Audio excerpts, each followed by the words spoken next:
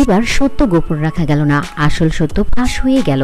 জয়ের জন্মদিনে কেন শাকিব খান অপু বিশ্বাস এবং জয়ের পাশে থাকতে পেরেছিল না, সেটাই এবার দর্শকরা জানতে পেরেছে।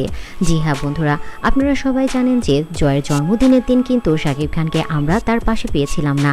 অপু বিশ্বাস একাই কিন্তু কেক কেটেছিল জয়কে নিয়ে। তার পরের দিন কিন্তু আমরা দেখতে পেরেছিলাম যে শাকিব খান এবং তার পুরো পরিবার সহ কেক কেটেছে জয়কে নিয়ে।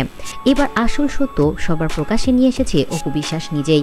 অপু বিশ্বাস বলেছেন যে এর পেছনের সবথেকে বড় কারণ হচ্ছে বুবলি নাকি শাকিবকে কড়া নির্দেশ দিয়েছিলেন যে সে যেন অপু বিশ্বাস এবং জয়ের সাথে কোনো ধরনের কোনো সম্পর্ক না রাখে। আর এর কারণেই নাকি শাকিব খান সেদিন এসে তাদের সাথে যোগ দিতে পেরেছিল না।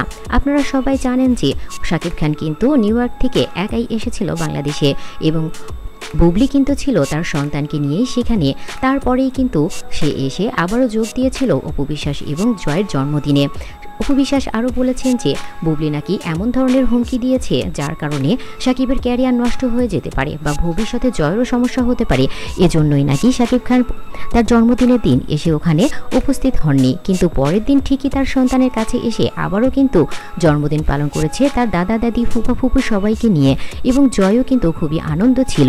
তাহলে কি অপু বিশ্বাস এবং সম্পর্কের মধ্যে ভাঙন ধরাতে এবার শুরু করেছেন অপু বুবলি নিজেই, এবং শত্রুতাই করে শাকিবের কাছ থেকে অপু বিশ্বাসকে দূরে সরিয়ে দিচ্ছে, নাকি শুধুই এটা আমাদের ভুল ধারণা, নাকি শাকিবের এটি প্রতারণা?